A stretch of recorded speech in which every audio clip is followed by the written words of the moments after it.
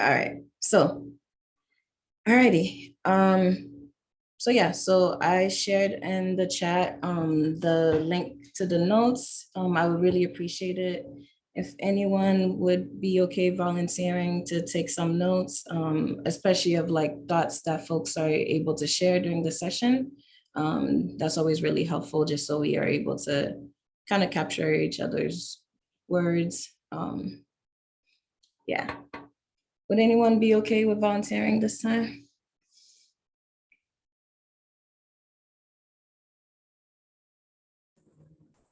I can take notes.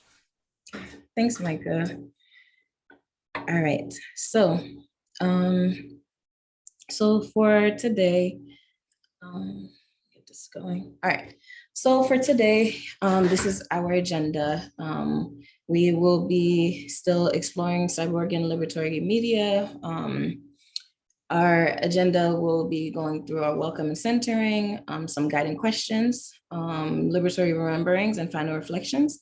Last session, we didn't get through all of them. Today, I had initially hoped that we would have gotten to the point where we would have been kind of like workshopping on how to like capture all of this. But it's COVID and everyone's drained and tired. So I figured we can just keep the slide deck. I did add some final reflections to the back of this, and this slide deck is also shared in the notes. So folks, we do have access to this piece of media. It will still be here. The videos from YouTube hopefully will be linked in the back. Will be linked into this document as well, so that folks can access all of this and revisit it as much as they'd like. I see there's a question. Kai, yes, this is the arts and culture piece. Now we're doing the micro learning session. Hopefully you're in the right place. Yeah, no problem. All right, so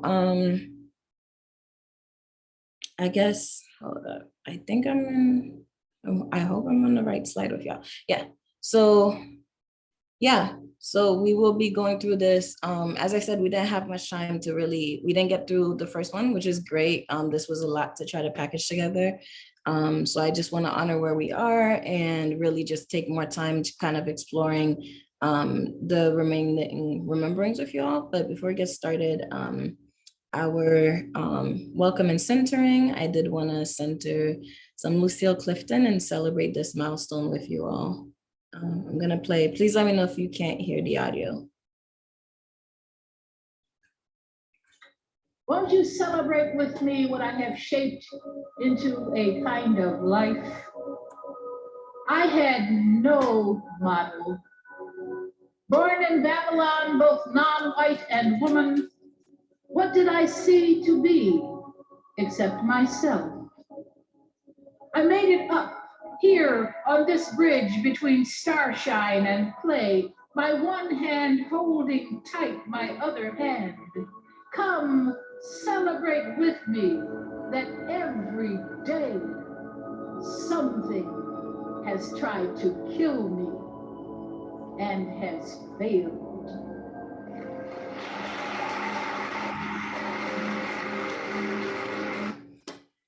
All right, so I'm gonna pause here.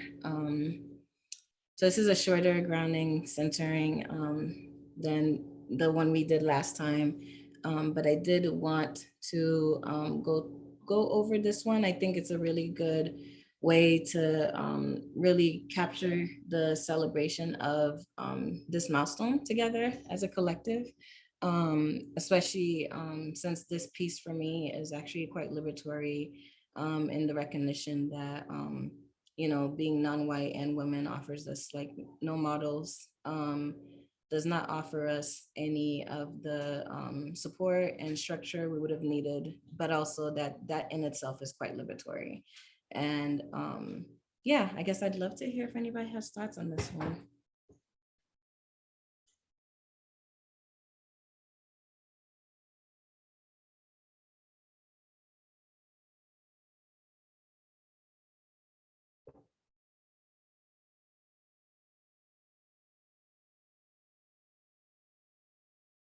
And I also do want to note too, like my favorite part of this poem is when she talks about being between starlight and clay, and how like that is the space she's creating from.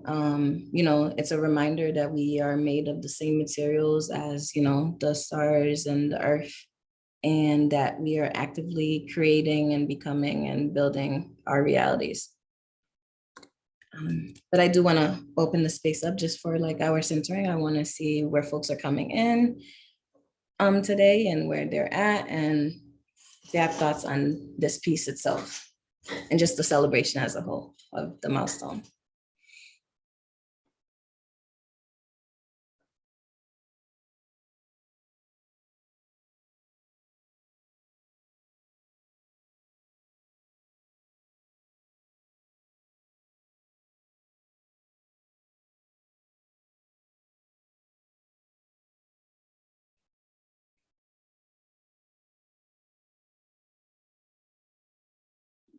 Ashe, everybody. Ashe. This is Kai. My pronouns is she, her, and hers. Feeling kind of mellow, peaceful after seeing what you presented. Yeah. And, you know, what I mean by that is, you know, when I think when Black voice is centered for me in the social justice realm and in the communitarian world, it brings me peace. And it helps, I think, for me to understand it from the ancestral point of view, and from, you know, just having an elder kind of, you know, be at or be the centerpiece. So I appreciate it, and I'm appreciative of being here tonight amongst everyone that's on the call. So thank you for having me. Yeah, thanks for being here, Kai, and for sharing with us. Anyone else?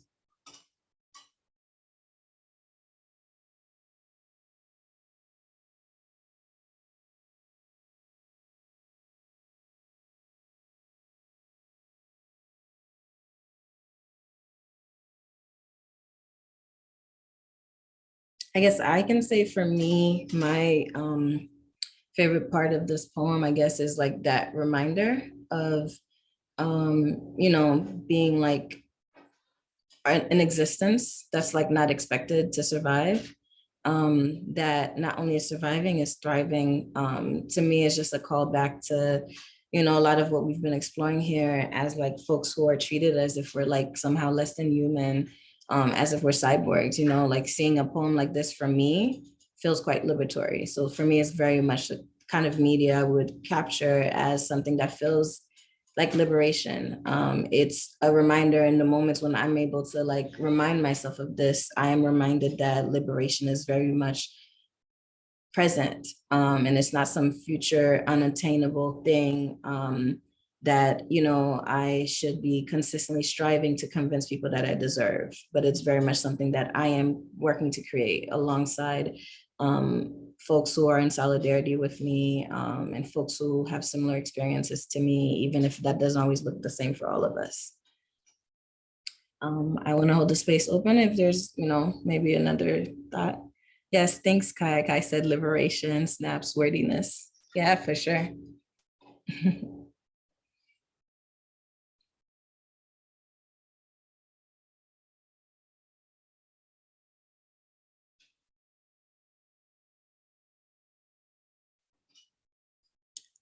All right, so in the interest of time, I'm gonna keep going. Feel free to slow me down. I'm not gonna dive too deeply into this, but we spoke about, this is what we've been exploring, is the idea that cyborgs are human beings whose bodies are embedded with technology, and that in many ways, race and gender, and many other ways of marginalizing us, of course, but, you know, in a country that was built on white supremacy, race for me is one of the main ways that they utilize to like separate us from ourselves, separate us from our beings. And, you know, create these ideas that we, deserve to not exist, to not be free. The purpose of highlighting these media is not necessarily to say that, we are attaching ourselves to this term of cyborgs. It's more of a recognition that if this is how they decide to frame us, then as such, there's power in recognizing that. There's power in that recognition, and there's power in accessing what tools these quote unquote cyborgs have created, and that these tools themselves are roadmaps, are North Stars towards liberation.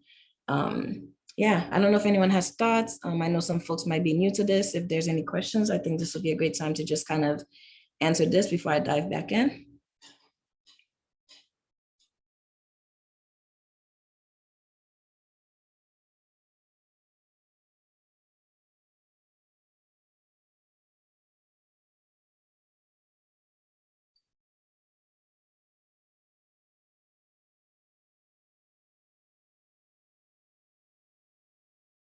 All right, I'm gonna feel free to stop me at any point too. I just want to try to get through as much as I can with you all as well. Normally I would hold more space for silence and stare y'all down if needed, but I'm gonna try not to do that today. I do want to make note, just for consent. As I said, I will be looking at some of the notes that Micah is kindly writing down for us. I will be pulling and adding to this slide deck, which will be shared with Boston Ujima, and hopefully can be shared out via email after these sessions. So I hope y'all are all okay with that. If folks do not want anything that they say to be added in the zine, that is totally fine. Just like let me know first, maybe say, please don't write this down or whatever. And if you do want to be included, and you would like to be cited, please do include your name.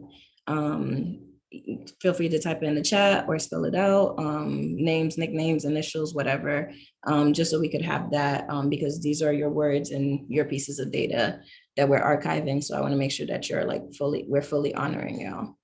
And this old deck again is available, so y'all can go through if anybody has missed the last sessions, as well as the playlist of the last two sessions is on YouTube as well. All right. So our guiding questions have been primarily around the fact that, if we are conceptualizing media as time capsules and portals, we want to be reflective on, how could we envision liberation as technologies and strategies and ideas that are purposed by Black women, pardon me, to experience wholeness. We want to acknowledge the practices that align with and expand on freedom manifested in our everyday ordinary lives. And we want to speculate on our existence as us living into our legacies and becoming good ancestors with our descendants and our ecologies as well. And I'm gonna play for us what we watched last time, since not everyone was here last time. Give me 1 second to do that, just so we can all catch up. This is a poem called "Give the Police Departments to Our Grandmothers" by Janada Petrus.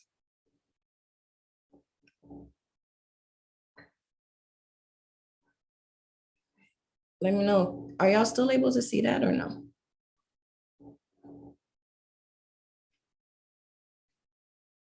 Could someone give me a thumbs up if they can see it? Yes, okay, perfect. All right, I'm gonna press play.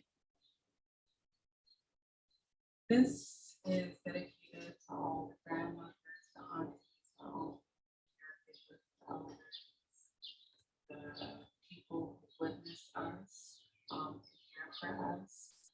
I believe in a visionary world where we care for each other as people. And I wrote this poem 5 years ago after my girls. I'm not sure what's wrong with the audio. Is everybody unable to hear it? The volume is sporadic. I feel like that might actually be the video. I have the volume Screen up. share, did you click like optimize for computer sounds or something? Share some. Let's try that. Thanks, Micah. Yeah. All right. How is this now? This is dedicated to all the grandmothers, the aunties, the uncles, the caregivers, the elders, the people who witness us and care for us. I believe in a visionary world where we could care for each other first and foremost. And I wrote this poem 5 years ago after Michael Brown's murderer was not indicted. And Michael Brown to me was such a sweet, tender looking boy. And this man characterized him as though he was almost monster-like and was so terrifying. And I thought, you know, if these police are so afraid of us, who can be around us that's not afraid of us? And I wrote this poem. Could we please give the police departments to the grandmothers? Could we please give the police departments to the grandmothers, give them the salaries and the pensions and the city vehicles, but make them a fleet of vintage Corvettes, Jaguars and Cadillacs with white leather interior, diamond in the back, sunroof top, digging the scene with the gangster lean. Let the cars be badass. You would hear the old school jams like Patti LaBelle, Anita Baker, and Al Green.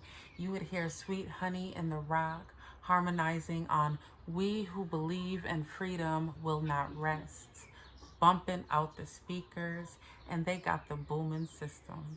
If you up to mischief, they will pick you up swiftly in their sweet ride and look at you until you catch shame and look down at your lap. She asks you if you are hungry, and you say yes, and of course you are. She got a crown of dreadlocks, and on the dashboard you see brown faces like yours, shea buttered and loved up. And there are no precincts, just love temples that got spaces to meditate and eat delicious food, mangoes, blueberries, nectarines, cornbread, peas and rice, fried plantain, fufu, yams, greens, okra, pecan pie, salad, and lemonade. Things that make your mouth water and soul arrive. All the hungry bellies know warmth. All the children expect love. The grandmas help you with homework, practice yoga with you, and teach you how to make jambalaya and coconut cake from scratch. When you're sleepy, she will start humming and rub your back while you drift off. A song that you used to have the record of when you were her age. She remembers how it felt like to be you and be young and not know the world that good. Grandma is a sacred child herself, who just circled the sun enough times into the ripeness of her cronehood. She wants your life to be sweeter. When you wildin' out because your heart is broke or you don't have what you need, the grandmas take your hand and lead you into their gardens. You can lay down amongst the flowers, her grasses, roses, dahlias, irises, lilies, collards, kale, eggplants, blackberries. She wants you to know that you are safe and protected, universal, limitless, sacred, sensual, divine, and free. Grandma is the original warrior, wild since birth, comfortable and loving fiercely. She has fought so that you don't have to, not in the same ways, at least. So give the police departments to the grandmas. They're fearless, classy, and actualized. Blossom from love. They wear what they want and they say what they please. Believe that. There wouldn't be no noise citations when the grandmas ride through our streets, blasting Stevie Wonder, Nina Simone, Marvin Gaye, Alex Coltrane, Jimi Hendrix, KRS-One, all that good music. The kids gonna hula hoop to it and sell her lemonade made from heirloom pink lemons and maple syrup. The car is solar powered and carbon footprintless. The grandmas designed the technologies themselves. At night, they park the cars in a circle so all can sit in them with the sunroofs down and look at the stars, talk about astrological signs, what to plant tomorrow based on the moon's mood, and help you memorize Audre Lorde and James Baldwin quotes. She always looks you in the eye and acknowledges the light in you with no hesitation or fear. And Grandma loves you fiercely forever.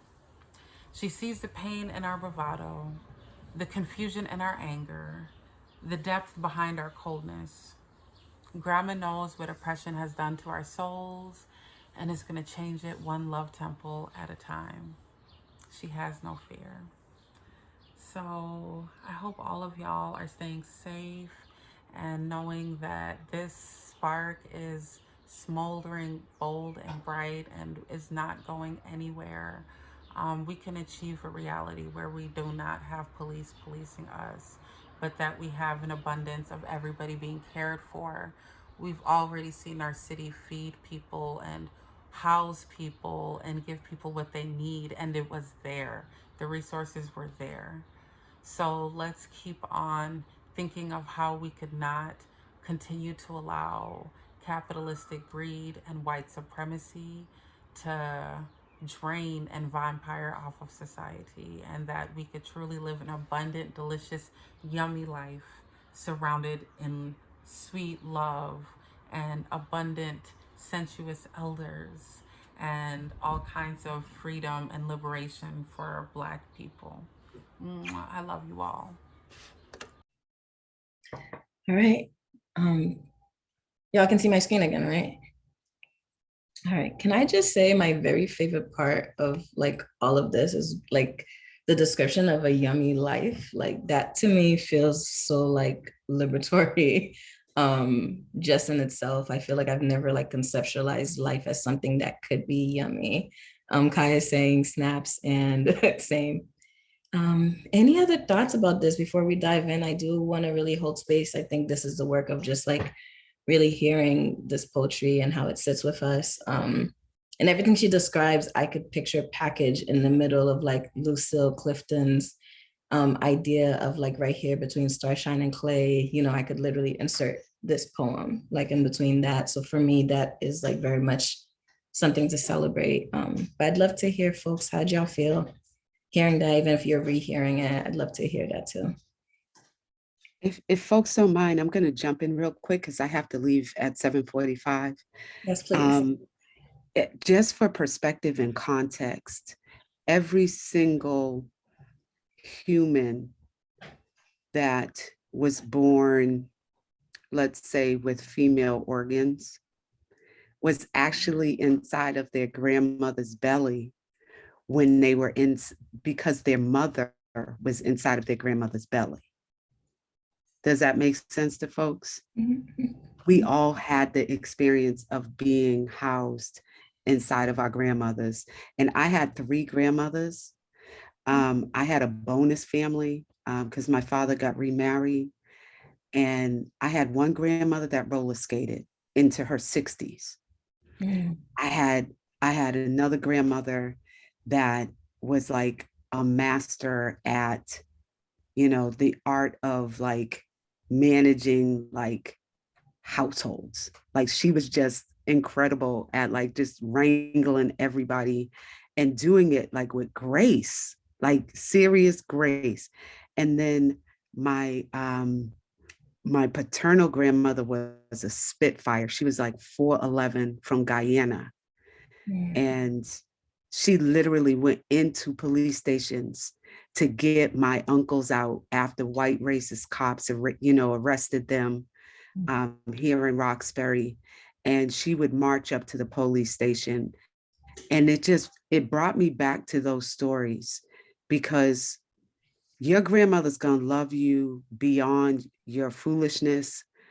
Well, so my grandmother's the archetype that I have as a grandmother, and I am a grandmother too.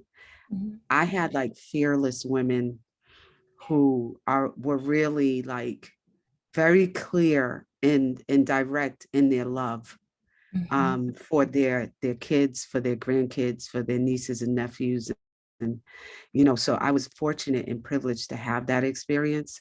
And this world would be transformed if grandmothers were the ones, the ones that kind of looked over us and watched over us without this, heavy-handed slave patrol style of policing.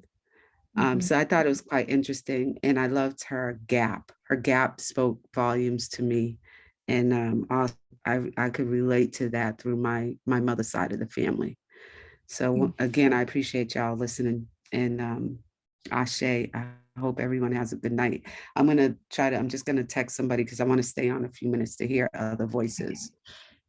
Yeah, no, stay as long as you can. And thanks for sharing with us. If you do have to hop off, I do want to really honor what you shared too. The gap, I feel like that was like a culture shock for me, was when I like learned people didn't like gaps, like in Haiti and like, I think in a lot of like African countries as well. Gaps are like a symbol of beauty. And so it's really beautiful to hear you express, that connection to like your mother's side, who you just shared as well.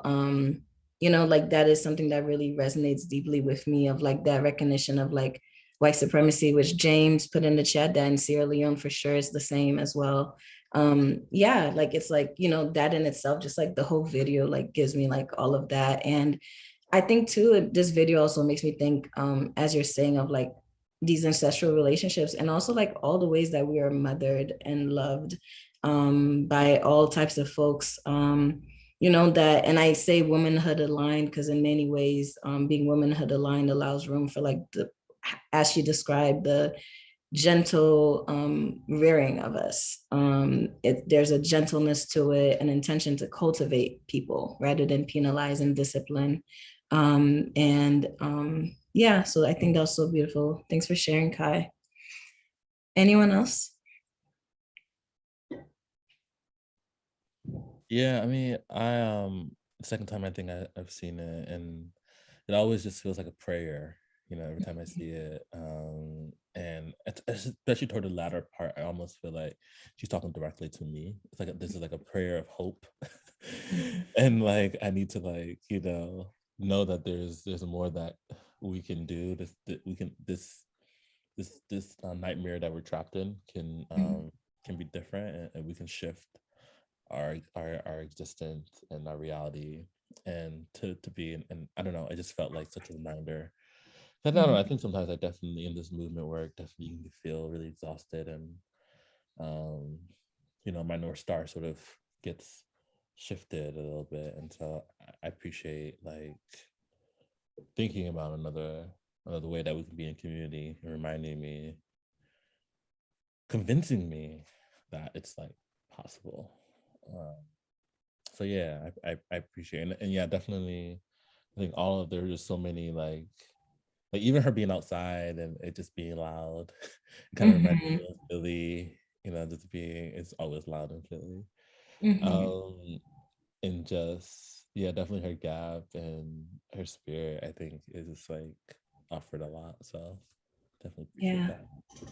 Yeah, no, I love that too. I used to say, so I've worked with elders in the past, and I feel like that was very much it was like I find that elders in our communities, it's like you inherit like a new grandparent every time you meet a new one, because they will rear you, if you don't have it together, they'll pull you together. This video makes me think of that. There's a level of like not caring, and it's not like a lack of care, because these are folks that like are very proud of themselves, but just like not trying to control the world and create order. With her being outside, there's like the poster that's like not perfectly sitting, and it's just like wholeness and just being, that I feel as well in just watching the video. Any other thoughts on this?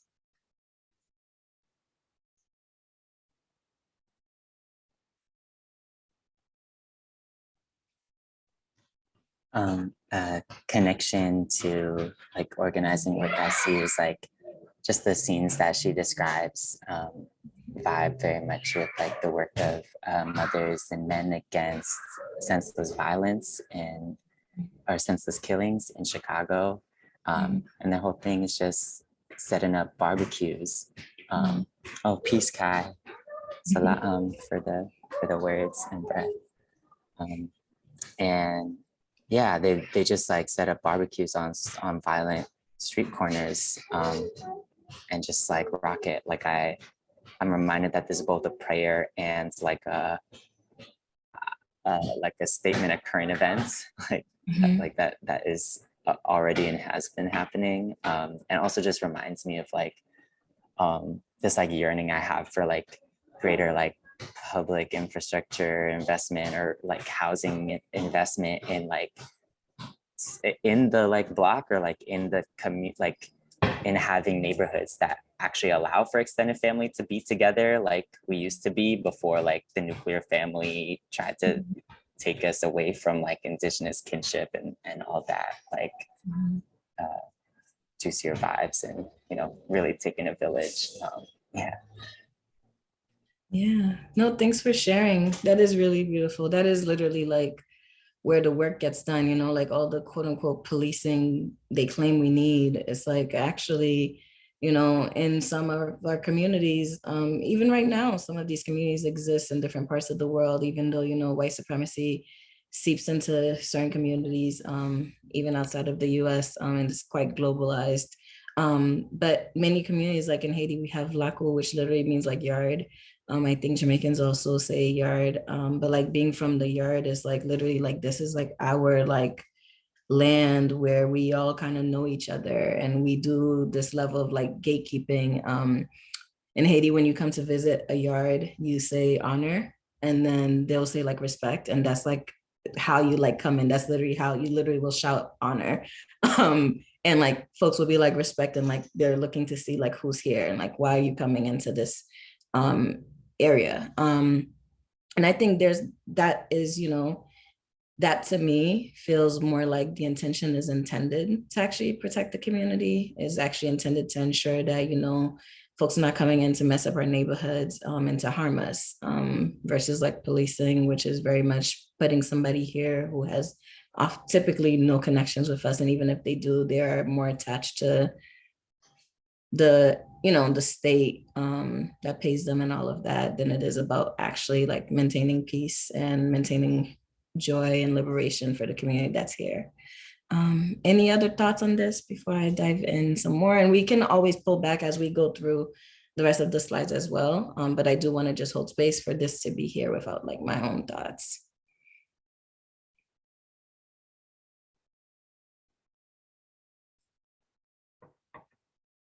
All right, I'm gonna move forward, but feel free to stop me. All right, so last time we spoke about liberation and all of this work being the rememberings were, and I think I may have shared this, I was exploring like the idea of like ethics and principles. And in many ways, you know, it feels quite supremacist to decide who tells folks their ethics. So I've been exploring it more as rememberings. And for me, these are the rememberings that I find to be true for me. Might look very different for other folks, and I want to honor that as well. But for me, the rememberings, the first one, which I'm not going to stick to too much, we had said it's grounded in Black womanhood, and you know we defer to the wisdom rooted in their lived and learned experiences, and the assertion and affirming of their ordinary and everyday ideas and activities, which for me is quite important. Just for the mere fact that these are the most marginalized folks amongst us. And if somebody knows what it means to survive and thrive outside of white supremacy, it's the folks that are not invited into white supremacy or have proximity to white supremacy, that leaves a certain level of like fertile ground for creation and for birthing liberation that maybe we might not have been able to access. So now for remembering number 2, is around having an embodied existence. I really wanted to explore embodied existence because I think for me, in many ways, so much of white supremacy is that dehumanization, that separation from ourselves. And that happens by not having the capacity to balance and reconcile our bodies, minds, and spirits, and always being in go mode. And we all do it. So, really what I want to explore is that our activities and interactions should seek to invite a more embodied experience for us, existence for us. That could be whether we're teaching, learning, just chilling with each other.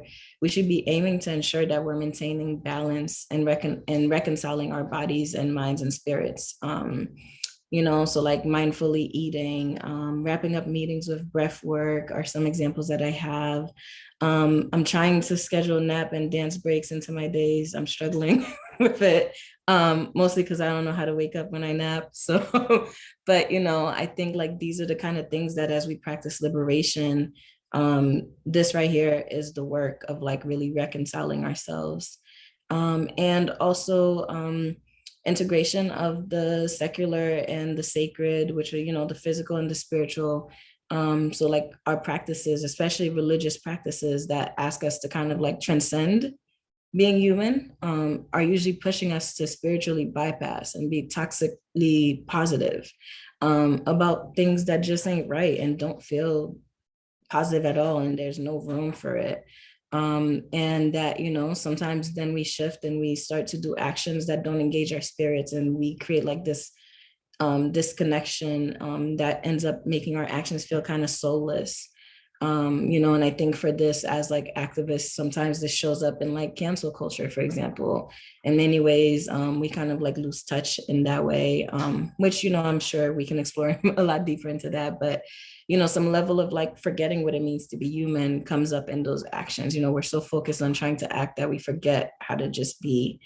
And then at the same time, a lot of spirituality is not encouraging action, which I find to be quite meaningless in transcendence. And I'd say for like Afrofuturism, in many ways, the challenge with Afrofuturism is to design futures that are not about romanticizing the colonization of space and, harming new planets since we're done with Earth and we've like crushed it already. But really, what does it mean to actually like have more responsibility?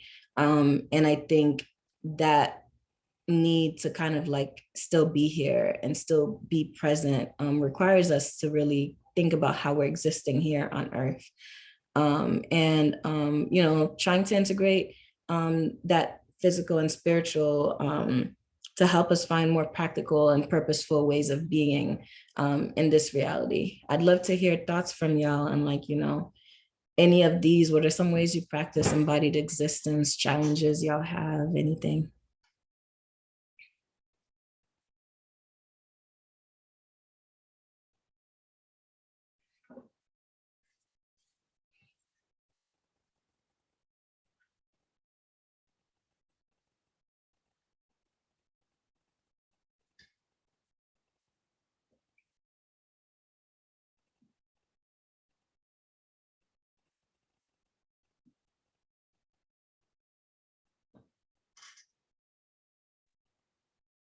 Are y'all able to see these? Okay. Yeah.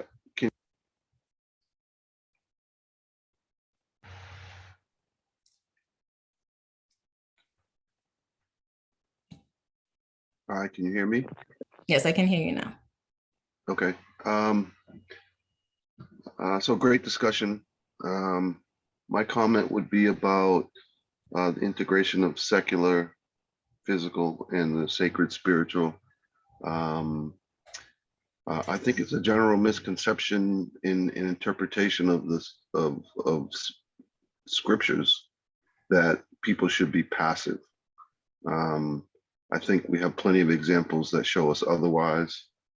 I think the challenge is balancing the two because it takes both. That would be my comment. Enjoying the discussion. Thank you. Yeah, thanks for sharing, Sean.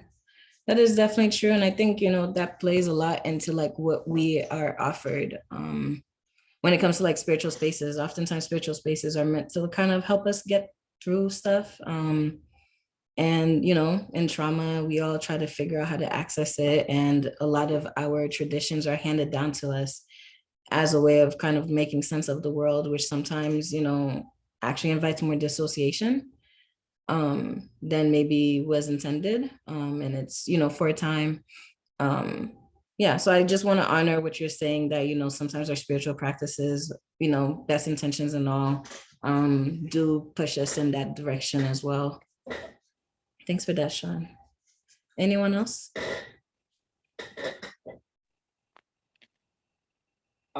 I like to add something. When I think about this embodied experience, I actually think about what I'm currently doing at work, and how integrating just me as a whole person. I come with spirituality. I come with talking about being. I come with talking about being mindful and meditating, and being able to integrate that into like my space at work. I feel like folks and myself has been able to like go through more healing periods right now, instead of like as we're like going through whatever we're going through, we're able to like find some healing and feel whole, because we're trying to find ways to integrate these together instead of keeping them separate. If that made sense. Yeah, for sure. Thank you for that. I mean, labor is very much based on capital. And, you know, we are part of that capital, especially for folks whose bodies, you know, were erased and utilized as, you know, currency. In many ways, we're not supposed to have those breaks. So I do want to really like lift up the fact that this is like something that you are intending to do. It's really hard to shift that culture that we're deeply embedded in, and especially in workplaces when work, the idea of work is directly related to that separation. Yeah, thanks for sharing that, Mars. Anyone else?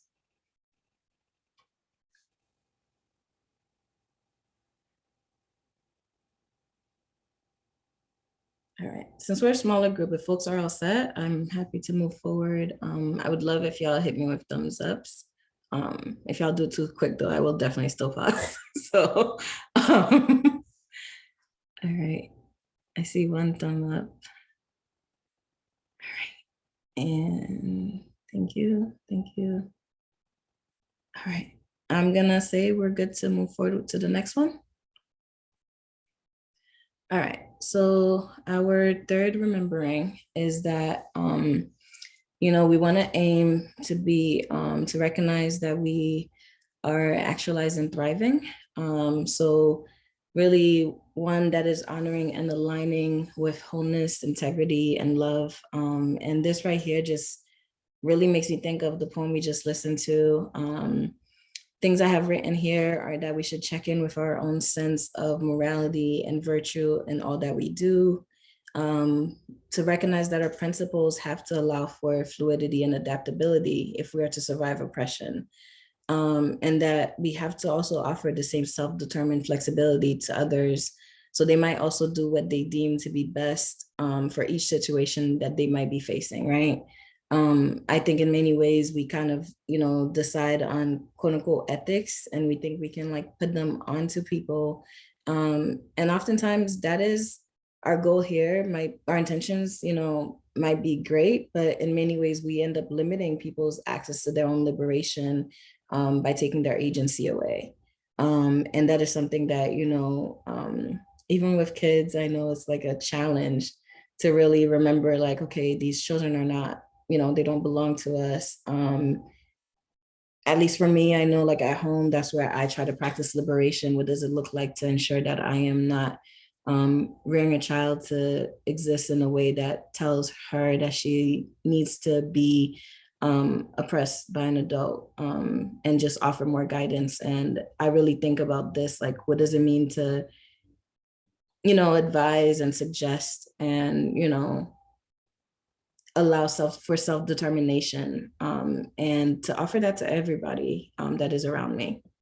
I'm gonna go through all these three and we can touch on any of them afterwards. I just wanna see if we can get through all of them. The second one is to invest in healing and well-being of self and others. So that is to be compassionate always, hold space for one another. So we might learn to recognize and trust our intuition. and to participate in healing and well-being as an act of resistance. The last one is, to manifest the future into the present. So speaking things into existence beyond our hopes, right? Like our wildest dreams, of the police departments being, what the grandmothers are tasked with. That is like our wildest dreams. And maybe from there, maybe, we can narrow down to something that, not to say that that's not feasible, I'm sure it probably is. But, like maybe each day we have to work up the feasibility to get there. Rather than like aiming small and aiming to reform systems that can be reformed because they're effective at being harmful, right? That, we ask our ancestors, spirits, divinities, and goddess for guidance. So we might move in alignment with more liberated realities. That is different for different people, what it means to access that, but, allow that, that sort of guidance that's more spiritual, that's rooted in our knowing, than it is from something that's been handed to us. And to act as though the future we seek is already in the present, right? If we're seeking to be liberated and we continually attempt to show up in ways that, reflect quote unquote excellence that is defined by white supremacy and our proximity to it, and whether we fit in to spaces that weren't designed for us, we are doing the exact opposite of liberation. So how do we pull back so we can see what it would feel like to have liberation actualized, and what it means to thrive, in ways that are not about bending and molding ourselves? I'd love to hear any thoughts around this one.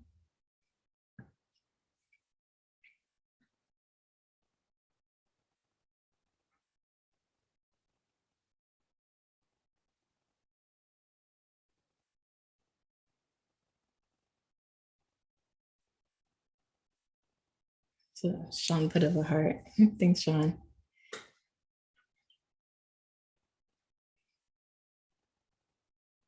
Come on, we're a small group. I'd love to hear y'all's insight. And also it feels quite liberatory to me to be able to like sit here and explore, learning together collectively, and for none of this to be like owned by me, which is why I'm very much into the staring contest we be having here.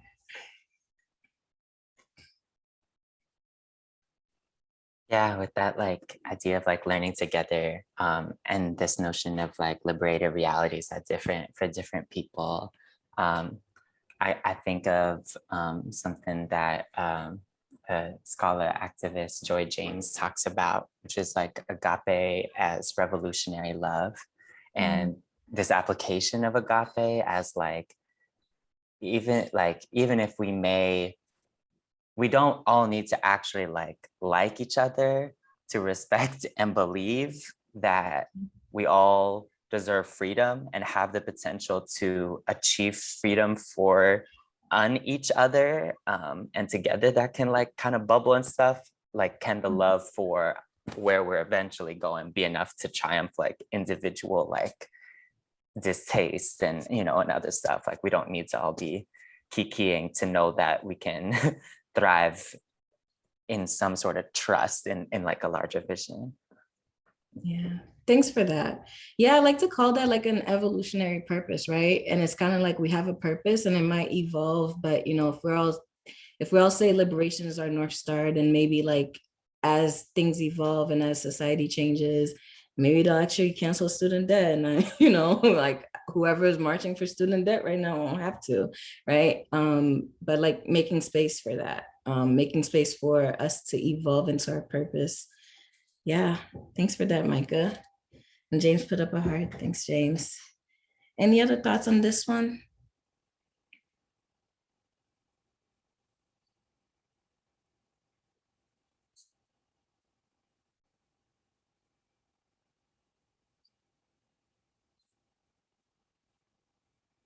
All right, I'm gonna keep going. Feel free to stop me. So this is remembering number 4. And this one I think actually ties back to exactly what you were saying just now, Micah, too. So remembering 4 I have around stewardship and activism. And for me, stewardship and activism show up through one, centering ecological justice for all living beings, right? So, you know, that's respecting our elders, honoring our ancestors, protecting our children, taking only what we need from the earth and leaving some for those who come next, restoring balance in the universe for all living beings in our ecosystem, and like really wanting and working towards being a good ancestor right now. So much, you know, both like in spiritual realms and like in typical like sci-fi and speculative fiction, when we imagine our futures, there's a level of like an apocalypse and a destruction that kind of like almost invites us to kind of like separate ourselves with this earth and to think, you know, this earth is like over and done for.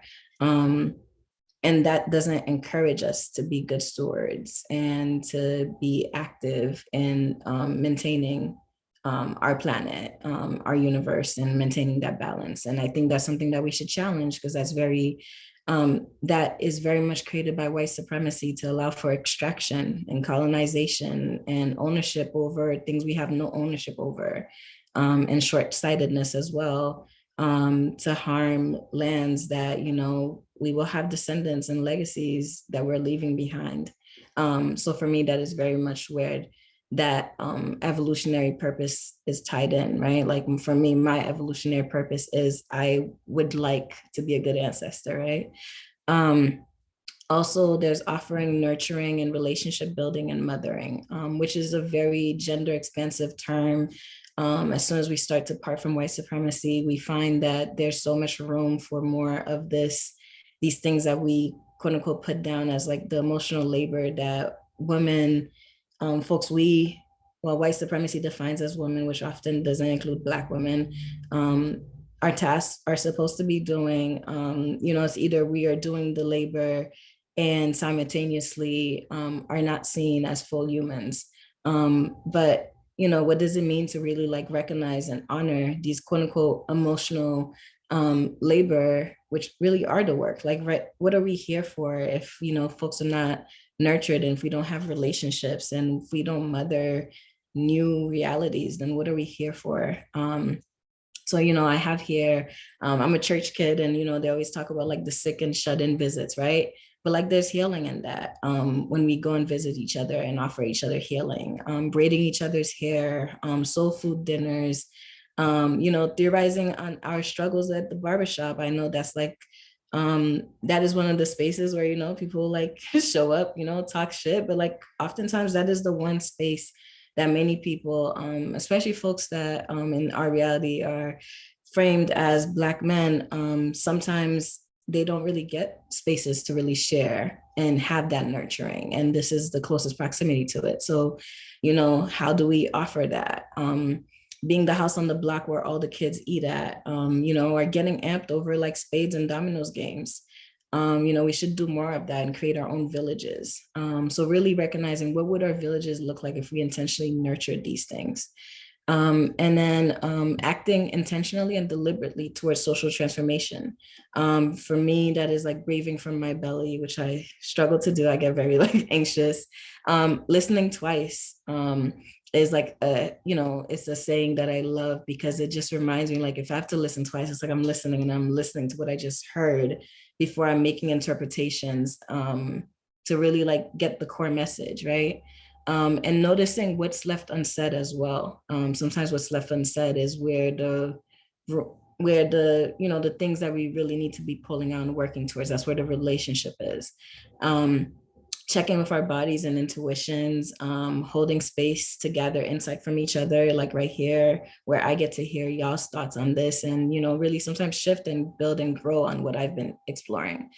You know, resource sharing and organizing, and, you know, overall just making all of our moves pretty purposeful, and aligning them to the outcomes that we're seeking. And I say, you know, we want to think small and take our time getting there, because sometimes we try to design these like giant goals that are very unattainable, right? But if we all decided that every meeting we would start with a centering activity and just like watch a poem that feels liberatory, I could imagine like meetings and classes and schools and all of that really shifting. And that takes only a couple of minutes, but it really just changes where we're thinking. I'd love to hear folks' thoughts on this one.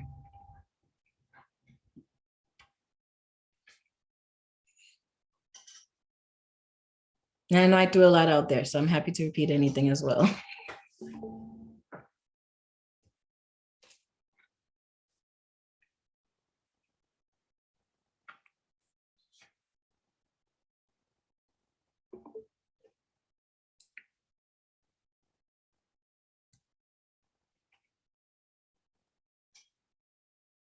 Come on, someone has something.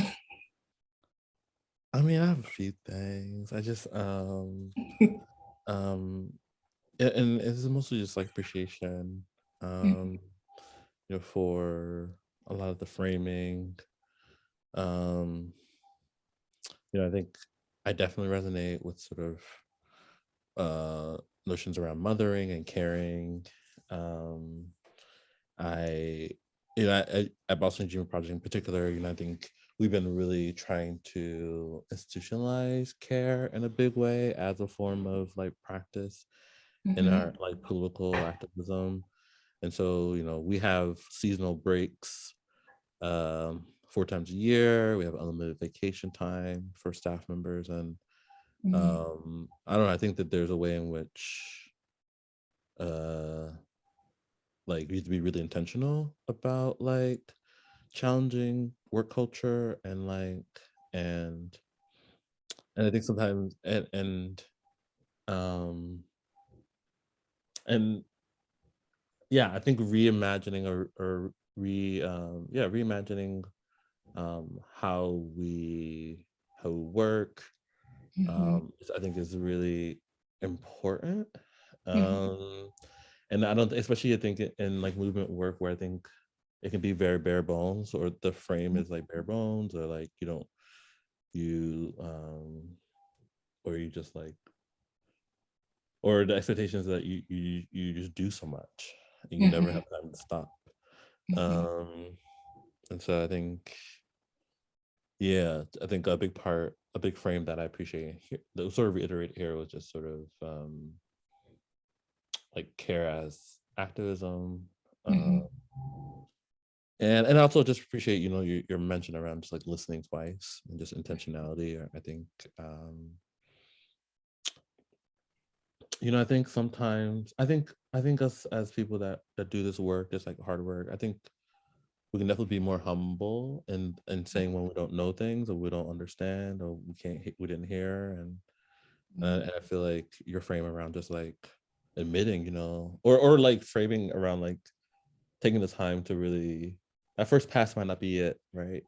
But that second pass you might get it. And I feel that's valid, and that's I don't know, I think helpful. Yeah. I appreciate it. Yeah, thanks, James, and thanks for the work that y'all are doing. Of course, like y'all held space for me to be here, and it's just, I think it's really beautiful. I always say like my dream is that this idea of like work would be like if I'm working, what am I working towards, right? Like if the folks I'm at work with are harmed and we are not good and we are not at ease and our bills are not paid, and like to me, like that feels like, we're consistently doing work towards somebody else's goals, someone outside of ourselves. So what does it mean to like center and have that same stewardship for those internally? And it's not to say that we stop fighting outside, but like sometimes the liberation happens by just, being here, right? If you are challenging white supremacy in the spaces that you are exist, the spaces where you have that agency, it becomes that much easier to then make that shift happen. And in many ways our society is not set up for that, but workplaces are able to set up for that. I know, for example, I know churches, pastors, for example, tend to get like stipends for housing, and it's kind of like, of course, right?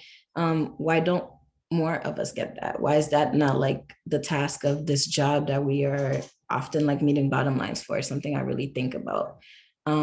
Yeah, so thank you for sharing. I have like so many thoughts on that one, but I want to hold space for anybody else, because we do have one more remembering in a couple more minutes, but I really want folks to get to talk as well, if anyone else has anything.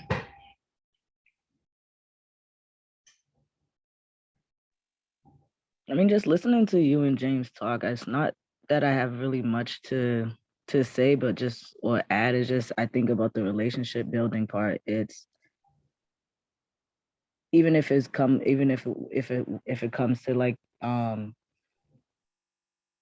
to shift what work culture is, just think instead of maybe like moving towards like relationship building and just finding that space in the time like at work during work hours of just sitting there and building relationships with one another instead of trying to meet all those pressing deadlines or doing too much. That's just kind of what makes what's coming to my mind on this one.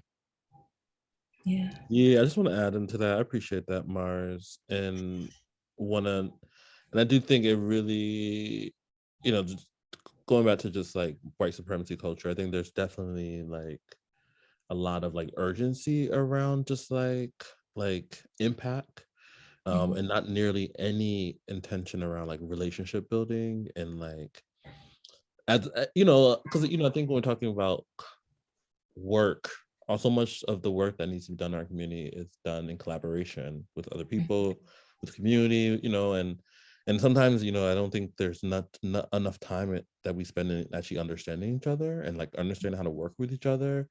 And some people don't value that. Some people don't think it's necessary. Some people don't think it matters, but sometimes it does matter. And I think just like us trying to, I feel like in every sort of like project I like am faced with another organization, I'm always trying to like, how do we like in this process, how do we learn about each other? How do we connect? How do we, so we can actually move well? And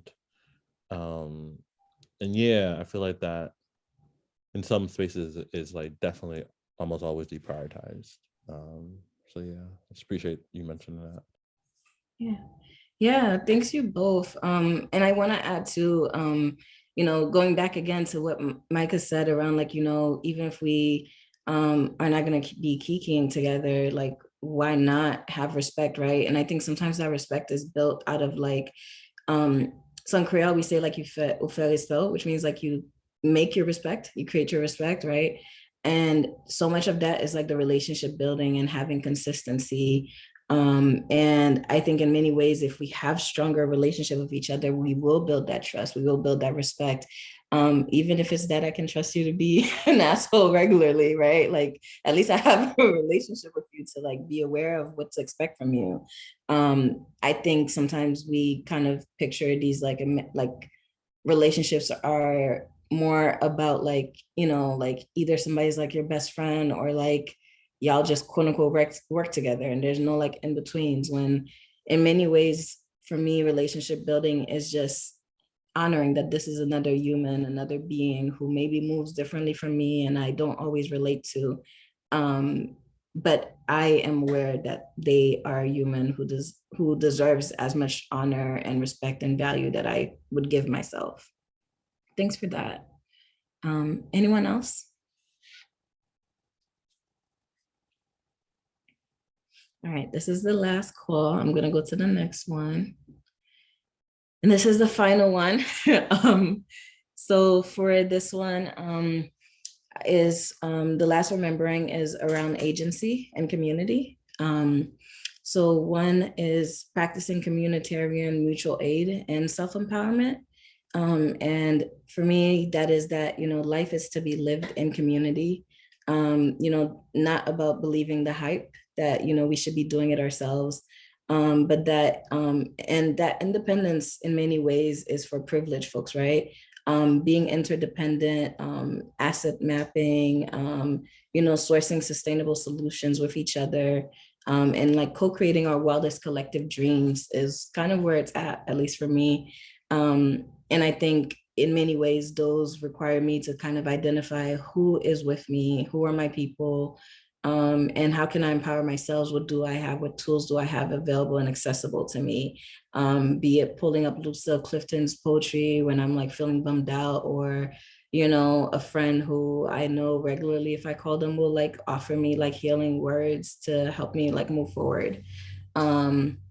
And also spaces like this where we create these spaces and we create ripples of we have these conversations and we take them to the next folks. And, again, I share my slides. This is, of course, like, Bossy but all this, all of this is like shared and accessible to folks, right? And it's not about hoarding knowledge. And, as a remembering, this is something that I hope will resonate with folks, and I hope y'all will carry to the next folks that y'all bump into. And y'all will add your own twist to it and tweak it, and your own rememberings to share, and have this like grow exponentially. And then the last one is harmonizing with self, kin, other oppressed folks, and all humanity respectively, right? So again, if we go back to this being by centering Black womanhood, firstly, everyone should be loving on themselves always. And from there, we want to say, like, we want to really be centering Black womanhood, Black women. So for me, who wrote this, my kin are Black womanhood like myself, right? So it says, love on your sis, the folks that are my play cousins and my besties and my kin folks that are skin folks, right?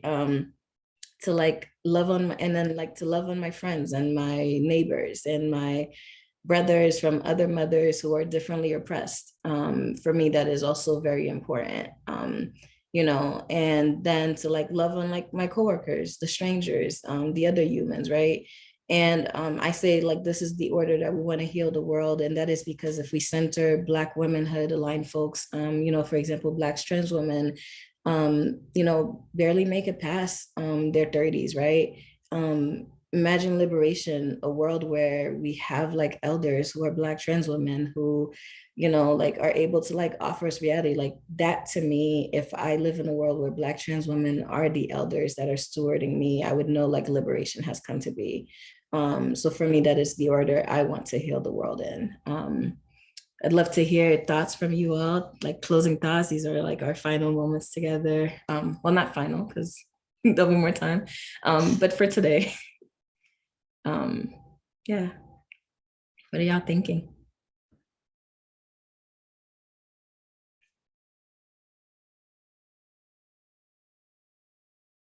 And we do got like 5 minutes, so I hope y'all ain't gonna stare me down for all of it. What you say about imagining a world where Black trans women are our elders, is really resonating with me, and thinking about, like, I think right now, like in like my chosen families, folks who are in their late 30s say that, like, statistically, like as a trans person in their 30s, they are an elder. And it has me thinking like around like, the idea of the cyborg, like the people who are most equipped to teach us how to survive the plague were the ones who are taken by the plague, which was like manufactured by both like the current ones, the historical ones, like all the different plagues that have all been disproportionately impacted, of course, or like targeted upon the people who would then have the answers for our next plagues. But that's sort of like by the technology of that like viral that like tool of that viral tool of genocide. So imagining into this world and actually like investing in it feels like so pressing, that we like learn from what was done in each of them, so we're ready for the next. Yeah, thank you for that, Micah. I'm gonna hold space for other folks if I comment, just in case, just to make sure we have time. Anyone else?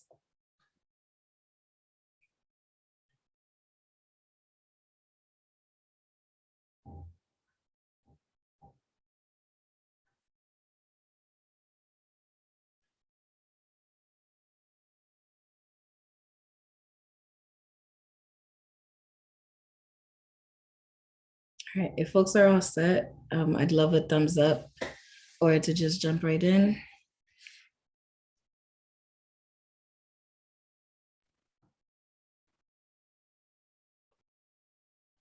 Is it just as it relates to this remembering specifically, or I have like a closing thought, but not about this? Any and all. Granted, I do want to really thank Micah for pulling it back to the cyborgs. But any and all, I really want to hold space for that. I just think this was, it all comes full circle and they're all interconnected.